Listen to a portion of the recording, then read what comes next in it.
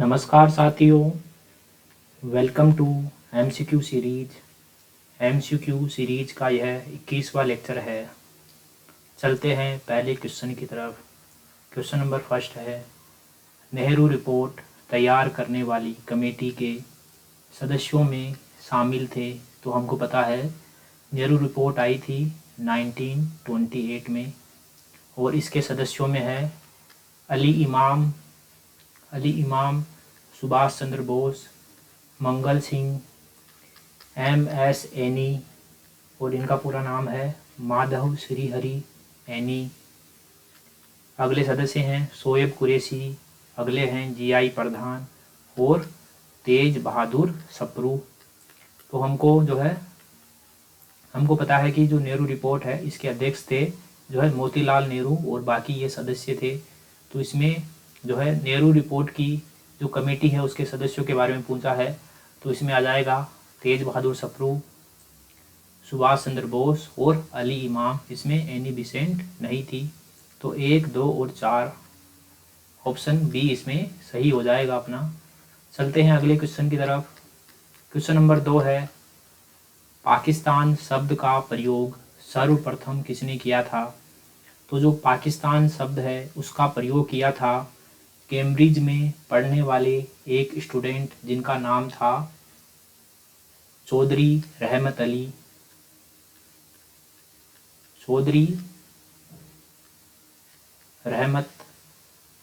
अली।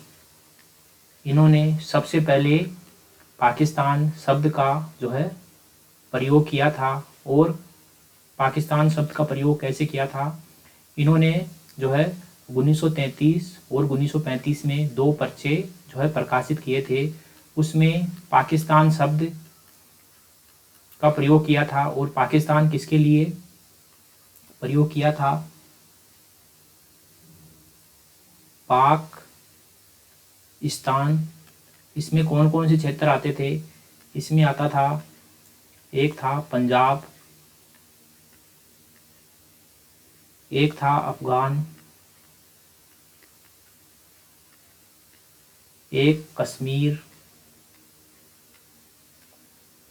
एक सिंध, और अंत में था बलूचिस्तान।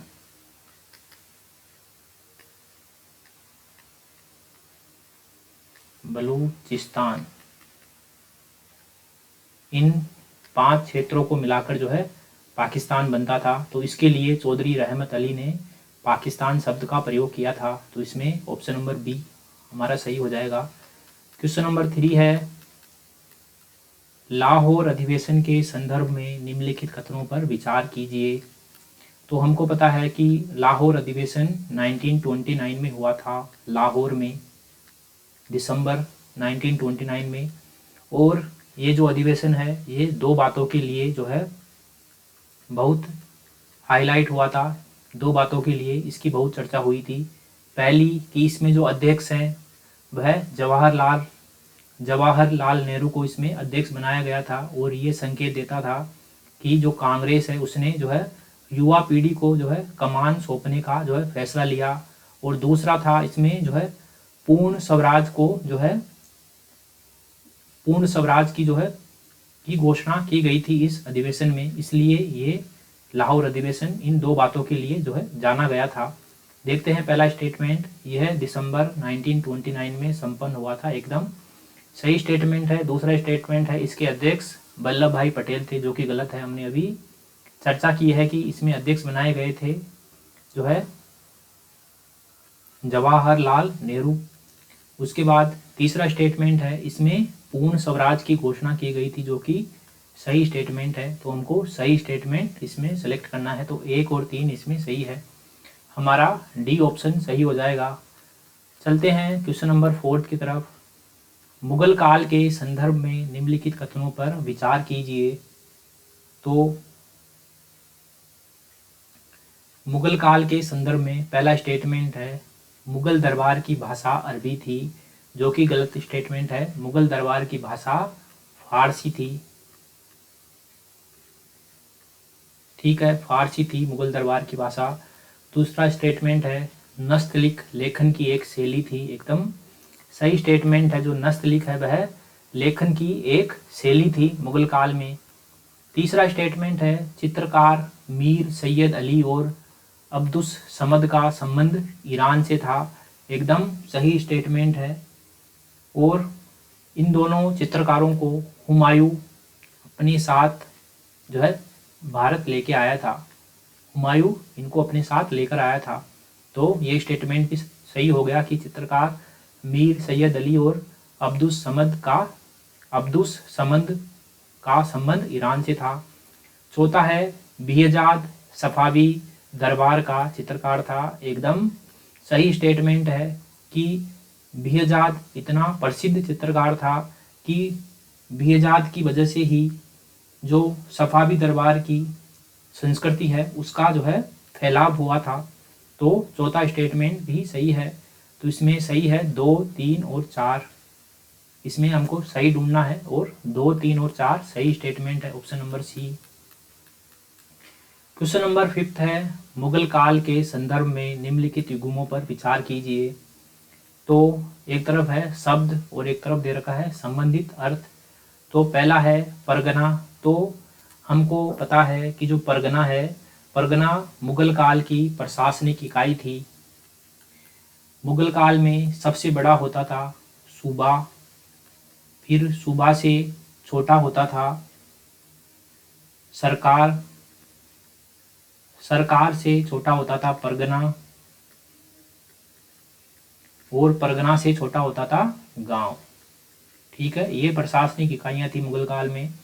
तो मुगल प्रांतों का प्रशासनिक प्रमंडल है। एकदम सही स्टेटमेंट है, सही पेयर है। दूसरा है पेशकश। पेशकश जो है मुगल दरबार में जो भी जाता था वह कुछ भेंट लेके जाता था और उसको पेशकश कहा जाता था। देखते हैं मुगल राज्य द्वारा ली जाने वाली एक तरह की भेंट। एकदम सही है ये स्टेटमेंट भी। और तीसरा स्टेटमेंट है पाइक।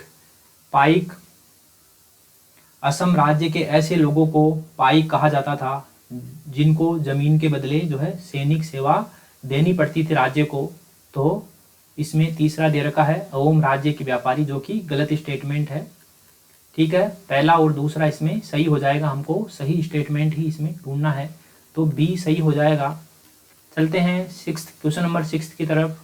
मुगल काल में भूमि की स्थिति के आधार पर प्रचलित नाम के संदर्भ में सूची फर्स्ट को सूची सेकंड के साथ सुमेलित कीजिए। सूची फर्स्ट है, ये सूची सेकंड है। तो पहला है नियमित रूप से कृषि की जाने वाली भूमि। तो हमको पता है कि नियमित रूप से कृषि की जाने वाली भूमि को जो है पोलज भूमि कहा जाता था मुगल काल में। तो इसमें ए में 2 आएगा। बी है 1 या 2 वर्ष खाली छोड़ने के बाद खेती करने वाली जो भूमि है उसको जो है प्रति भूमि कहा जाता था। ठीक है। सी है 2 से 3 वर्ष प्रति रहने के बाद जो है खेती की जाती थी, उसको जो है चाचड़ भूमि कहा जाता था। और डी है 4 से 5 वर्ष या इससे अधिक वर्ष वाली प्रति भूमि, यानी कि 4 या 5 वर्ष जिसको खाली छोड़कर या फिर इससे भी अधिक समय तक खाली छोड़कर उस पर खेती की जाती थी, तो उस भूमि को क्या कहा जाता था? उस भूमि को जो है बंजर भूमि कहा जाता था। ठीक है, तो ए में आएगा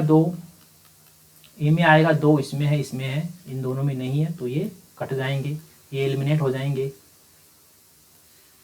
ठीक है, फिर बी में आएगा 1, बी में इसमें भी 1 है और इसमें भी 1 है। ठीक है, सी में आएगा 4, सी में 4 इसमें है, इसमें नहीं है, तो ऑप्शन सी कट जाएगा। हमारा ऑप्शन बी सही आंसर आ जाएगा, ऑप्शन बी इसका आंसर हो जाएगा। ठीक है, इसका 6th का ऑप्शन बी आंसर हो जाएगा। चलते हैं अगले क्वेश्चन की तरफ। क्वेश्चन नंबर 7 है, सूची फर्स्ट को सूची सेकंड से सुमेलित कीजिए तथा नीचे दिए गए कोड की सहायता से सही उत्तर का चयन कीजिए। सूची फर्स्ट लेखकों के नाम है और सूची सेकंड जो है पुस्तकों के नाम है, रचनाओं के नाम है। तो हमको पता है विज्ञानेश्वर के द्वारा जो है मिताक्षरा की रचना की गई थी, फकीरुल्लाह खान के द्वारा राग दर्पण की रचना की गई थी, मलिक मोहम्मद जायसी के द्वारा जो है पद्मावत की रचना की गई थी, और कलहण के द्वारा रास तरंगिणी की रचना की गई थी। तो ए में आएगा 2, ए में 2, इसमें है, इन दोनों में नहीं है, इसलिए ये दोनों ऑप्शन कट जाएंगे। बी में आएगा 4, बी में 4 इसमें है, इसमें नहीं है, तो डी ऑप्शन कट जाएगा और इसका आंसर आ जाएगा option number B. Option number B इसका सही आंसर हो जाएगा। क्वेश्चन नंबर 7 का आंसर है option number B. Question number 8 है, मनुस्मृति के संदर्भ में निम्नलिखित कथनों में से कौन से कथन सही है। तो पहला स्टेटमेंट है, हमको इसमें सही उत्तर ढूंढना है।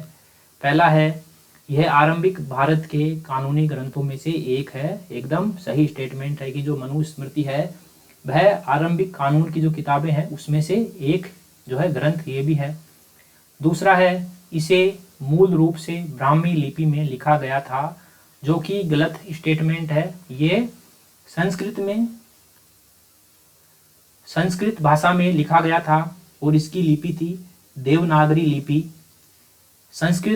संस्कृत इसकी भाषा थी और देवनागरी इसकी लिपि थी, इसलिए दूसरा स्टेटमेंट गलत हो जाता है। इसके साथ साथ ही जो मनुस्मृति थी वह 2री शताब्दी ईसा पूर्व से लेकर 2री शताब्दी ईस्वी की रचना थी। ठीक है, तो इसमें पहला स्टेटमेंट सही है और दूसरा गलत है, तो इसलिए ऑप्शन नंबर ए सही हो जाएगा। क्वेश्चन नंबर 9 है, चंद्रगुप्त प्रथम के संदर्भ में निम्नलिखित कथनों पर विचार कीजिए। पहला स्टेटमेंट है, उसने लिच्छवी राजकुमारी से विवाह किया था। तो पहला स्टेटमेंट सही है। उस समय जो है लिच्छवी है जो है महत्वपूर्ण राज्य था, इसलिए अपने राज्य को मजबूत बनाने के लिए चंद्रगुप्त प्रथम ने लिच्छवी राजकुमारी से विवाह किया था। दूसरा स्टेटमेंट है, उसने गुप्त संवत 319-20 ईस्वी में रुद्रदामन से युद्धों उपरांत विजय स्मारक के रूप में चलाया था, जो कि गलत स्टेटमेंट है। जो चंद्रगुप्त प्रथम है उसने 319-20 ईस्वी में ही गुप्त संवत की स्थापना की थी, लेकिन ये स्थापना इसलिए की थी कि 319-20 उसके राज्यारोहण का वर्ष था, इसलिए उसने जो है गुप्त वंश की स्थापना की थी। तो हमको सही स्टेटमेंट ढूंढना है और सही स्टेटमेंट केवल एक स्टेटमेंट ही सही है। क्वेश्चन नंबर 10 है, गुप्त काल में राज्य के वर्गीकरण के संदर्भ में निम्नलिखित में से कौन से बढ़ते हुए अनुक्रम में है। तो हमको पता है कि जो है सबसे छोटी इकाई है गांव, उसके बाद है वीथियां, उसके बाद है विषय, उसके बाद है भुक्ति और उसके बाद है राज्य है। तो भुक्ति का जो प्रधान होता था वह ऊपरी कहलाता था, उसको ऊपरी कहा जाता था, और विषय के प्रधान को विषयपति कहा जाता था। तो इसमें बी ऑप्शन सही हो जाएगा। इसके साथ ही MCQ सीरीज का 21वां लेक्चर यहीं समाप्त होता है। मिलते हैं अगले लेक्चर में, तब तक के लिए थैंक यू वेरी मच।